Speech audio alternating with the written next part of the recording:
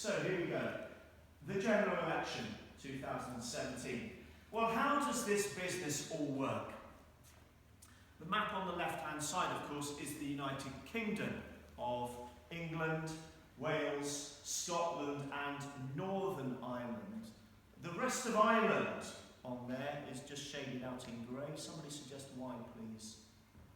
Should be a question that everybody knows. They're not part of Great Britain. They're not part of the United Kingdom. They are a separate, independent country, the Republic of Ireland. They have their own elections. They have a president.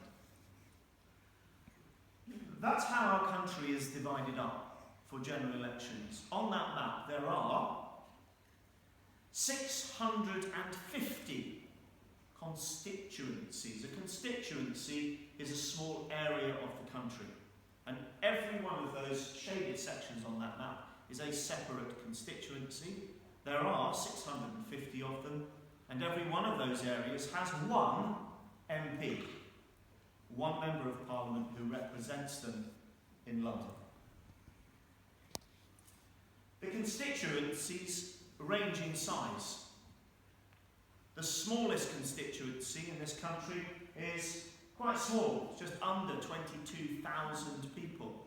The largest, which is in fact the Isle of Wight, a little island off the south coast of England, that has 108,000 people living on the island. There's only one MP representing the whole of the Isle of Wight. So they range in size. And the system is pretty simple. In every constituency, the MP who gets the most votes wins. Sometimes it's very close.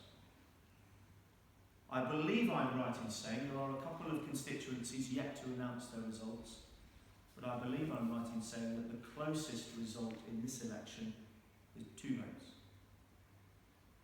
So people who might say, there's no point voting, I'm only one person amongst 46 million, my vote doesn't count. Well, it certainly would have done in that constituency, wouldn't it? So that's how the constituencies work.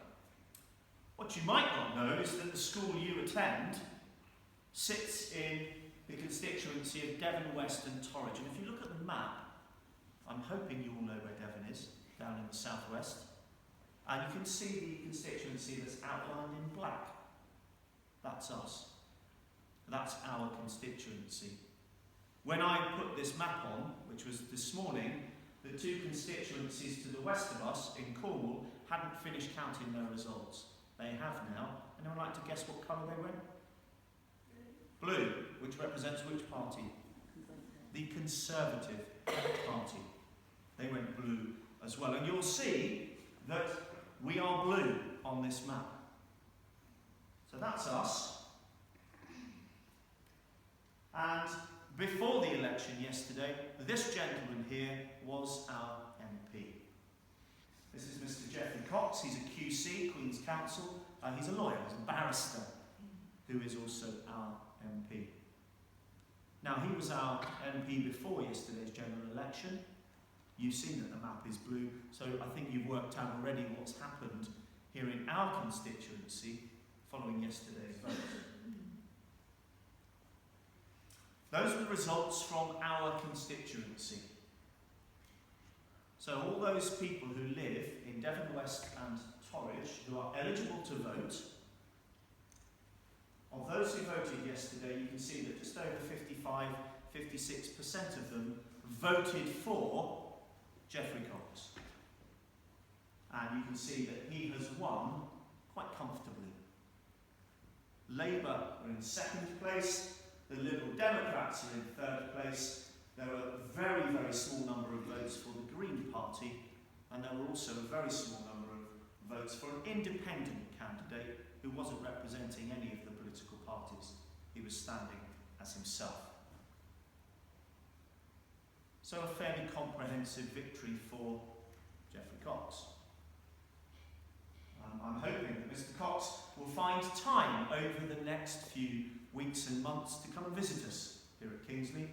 It will be a nice opportunity for you to meet your MP, the man who represents this part of the world in Parliament in London. That's particularly important for those of us who actually live here.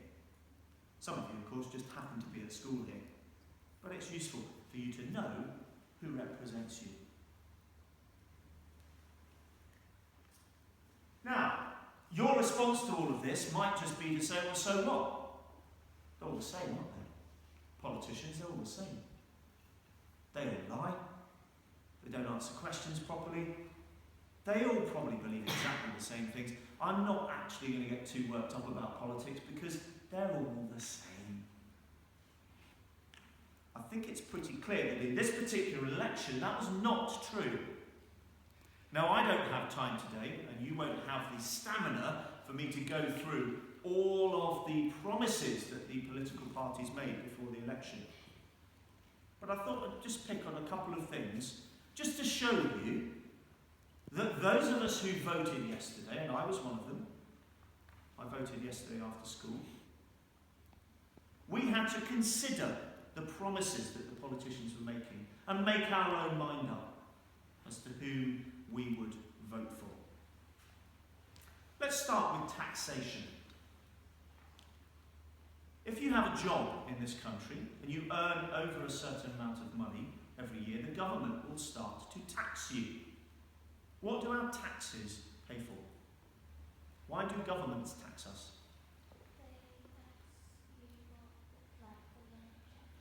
Some of the money goes towards the National Health Service. Absolutely correct. For the funding of education. Absolutely correct. Like just the funding of libraries and buildings. Libraries, public buildings, public spaces that we might all use. Absolutely right. A lot of the public facilities that you and I use all the time, these are paid for by our taxes. Defence. Defending us against potential attacks from other countries. So our taxes help to pay for our armed forces, for example. The Army, the Navy, the RAF. All of this is funded from taxation. Now, if you ask people who have jobs, like your parents, whether they enjoy paying taxes, what are they likely to say? They're likely to say, we're not a great fan of tax because I'm told in my payslip that I'm going to be paying this much money this month. That's really exciting. Then I look more closely and I see that a big, big slice of it has been taken off for tax. That's not so great. People have different opinions on taxes. My opinion is a fairly straightforward one. I don't mind paying taxes because without the things that my taxes pay for, I don't think this would be a very nice country to live in. If I fall ill, I go to the doctor, or I go and report to the hospital, and I am treated free of charge, whatever is wrong with me. That's partly because I pay tax. I don't resent paying tax. I think it's just an accepted part of what we do if we live in a democratic society like ours. Some people may have different views on taxation. Those are mine. What have the parties been saying about tax? If we look at the Conservatives, they said before the election, who knows if they're going to stick to this, by the way. This is what they were saying before the election. They were saying, we're going to raise the amount of money you can earn before you pay tax. So you can earn a bit more money, and we won't tax you until you hit this number here. And if you hit that number there, then we'll start to tax you. But we'll push that up, so hopefully fewer people will pay tax. And we're going to keep the tax on companies exactly as it is at the moment. This is called corporation tax. If you run a business and you make a profit, the government taxes your profit. Conservatives said, we'll keep that the same. We think we're happy with how things are. I'm summarising. If you read the manifestos, these goes on for pages. You can do this yourself. Labour Party. They have a rather different approach to tax. They wanted to bring in a higher tax rate. There's already a higher tax rate at 40%. If you earn above a certain amount of money, you will lose 40% for every pound you earn. 40 pence in every pound you earn tax. Labour said we want to make an even higher band, a 50% band for those who earn really a lot of money.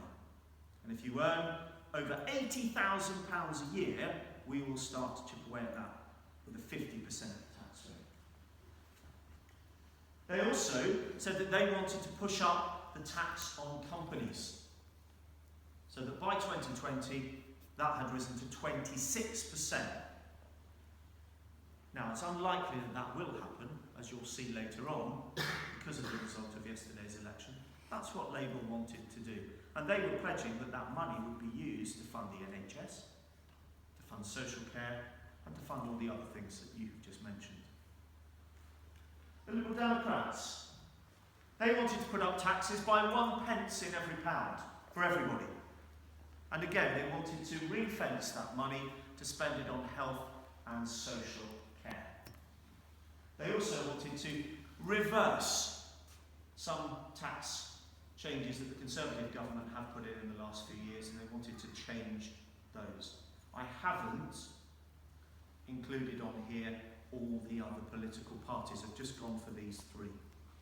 I haven't got the policies here on taxation for UKIP or the Green Party or the Scottish Nationals or Plaid Cymru or any of the others.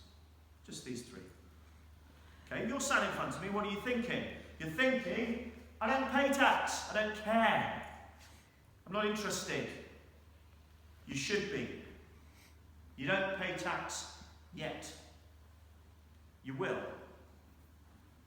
And you, like me, will open your pay packet and think, crumbs, that's a lot of money that's just gone. What's the government spending it on? Do I care? You should do. Let's bring it closer to home. We are very fortunate, all of us, because we work and you study in an independent school, a private school. We are independent of the government in terms of how we educate you. We don't have to follow the national curriculum. But we don't get any funding from taxes. Our funding, as you know, comes from your parents' income. Your parents have made a choice to pay for your education. In a sense, if they are UK taxpayers, you could argue they have paid twice. Because they pay tax already. And some of that tax money is going to education. Your parents have chosen to put you into an independent or a private school. They are also now having to pay fees for you to come here. They don't get the tax money that they've paid for education back again. So you could argue they've perhaps made a second contribution towards your education. Now, what do the three major parties have to say about schools like Kingsley? What are their views about schools like ours? The Conservatives, they have promised, or they had promised before the election, to allow new grammar schools to open up across the country. Some parts of the country already have grammar schools. Before I came to this school, I worked in Buckinghamshire. Buckinghamshire is a county that contains grammar schools. At the end of year 6, you sit an 11+ exam. If you pass it, you go to the grammar school. If you don't pass it, you go to the secondary modern school. So grammar schools tend to take pupils who are academically of a higher ability. Other pupils will go to a different school. The town I lived very near, which is called Buckingham, had two schools that were physically absolutely right next door to each other. One, the Royal Latin, was a grammar school, and one, Buckingham School, was a secondary modern school. They were literally next door to each other. And depending on your 11+ result, that affected which school you were able to access. You may have your own views about that, whether you think grammar schools sound like a good idea or a bad idea, whether or not you think at the age of 11 you would have perhaps passed the 11+ and been able to go to a grammar school, or whether you would have found that difficult. But This is part of the Conservatives' pledge. We're an independent school. In the Conservative manifesto, there's a very interesting phrase which says that at least 100 leading independent schools are going to be required to get involved in sponsoring academies or free schools if they wish to retain their charitable status. Now, this is going to be an interesting development for us to watch. I don't know whether Kingsley would appear in the list of 100 leading independent schools. I don't know to what extent we may, as a school, be asked to think about sponsoring a free school or an academy for those whose parents can't afford to pay fees. This will be an interesting development for us to watch. But by and large, the Conservative Party are generally happy with independent schools, and it possibly might not surprise you to learn that many MPs themselves went to independent schools. Labour. No new grammar schools for Labour. They don't like the grammar school concept. They think it's unfair, they think it's iniquitous, and they don't want to see new grammar schools being opened. This is an interesting one. Have a read of that. This was in Labour's manifesto before the election.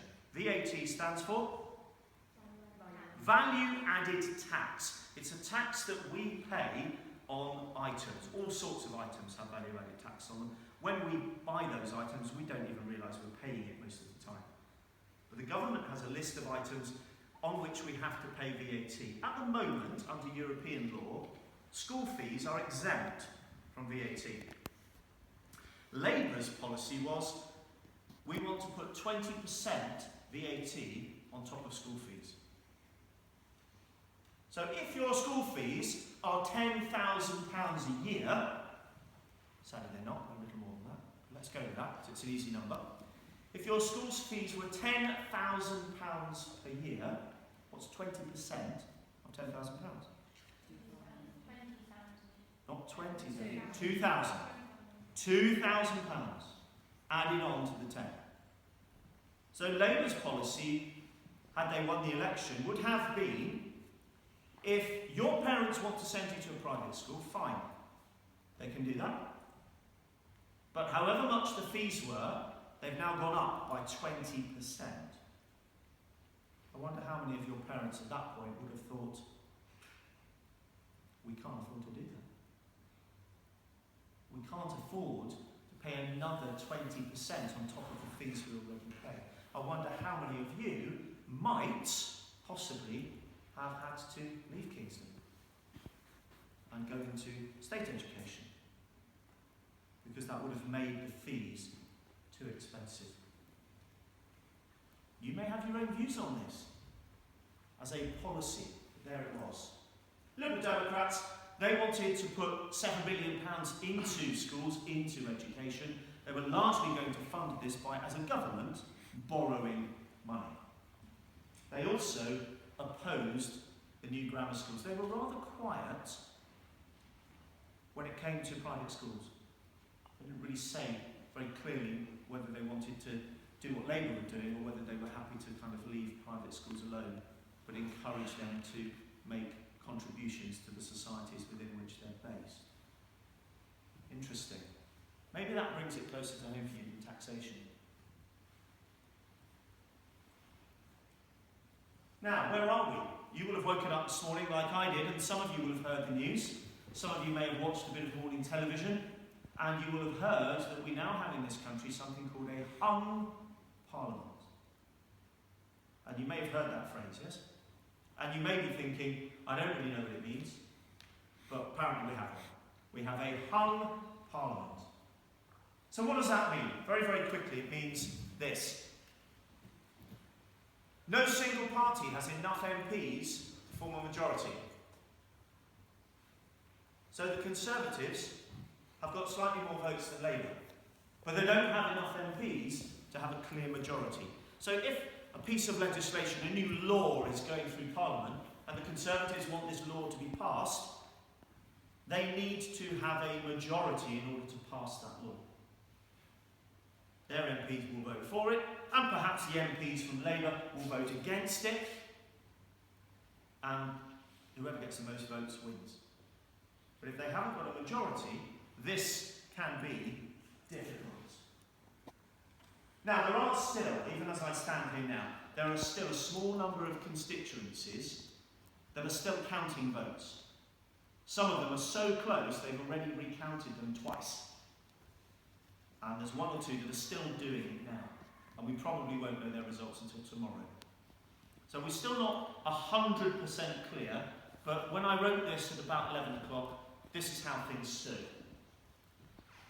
Those are the numbers. You might notice something quite interesting, especially those of you who were aware of what was going on with the Brexit vote.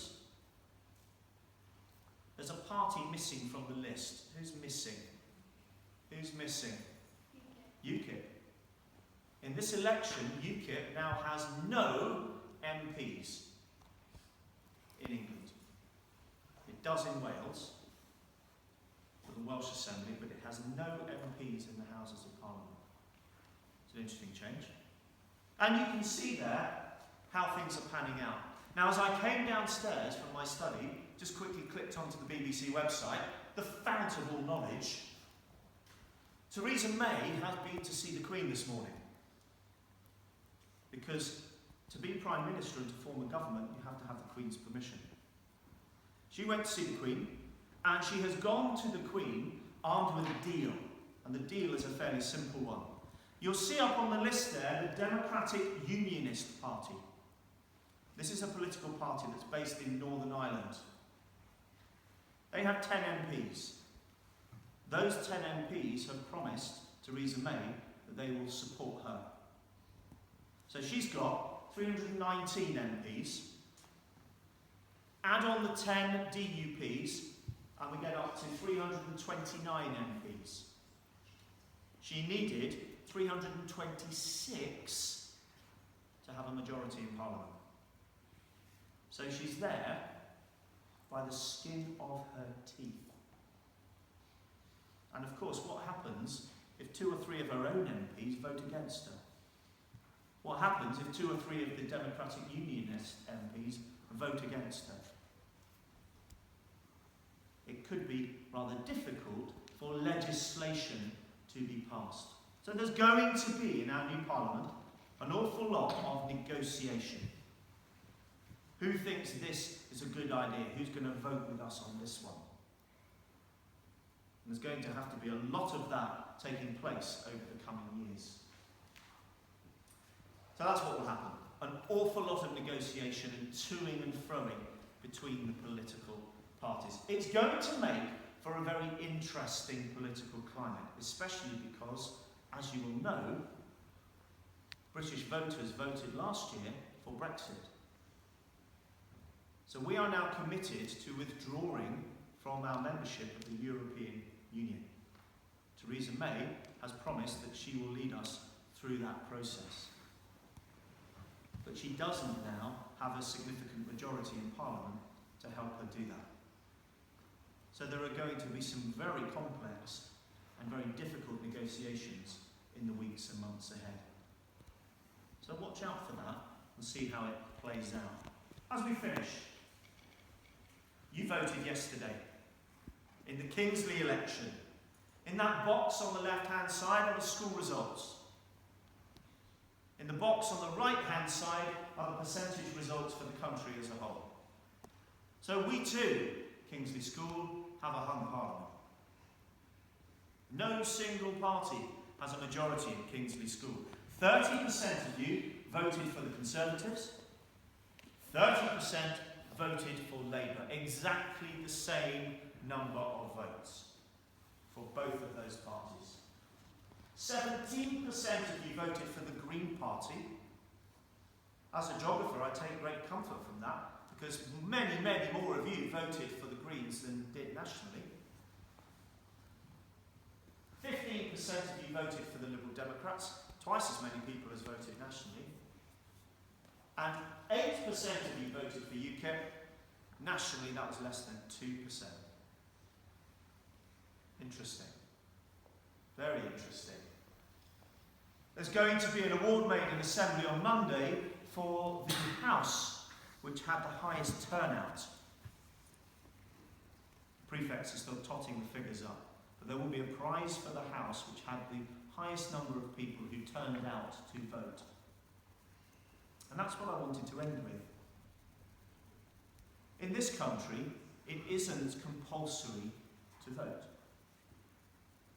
You are eligible to vote if you're over 18 and you're a British citizen. You can vote. But you don't have to. You're not required to vote. In some countries, you are.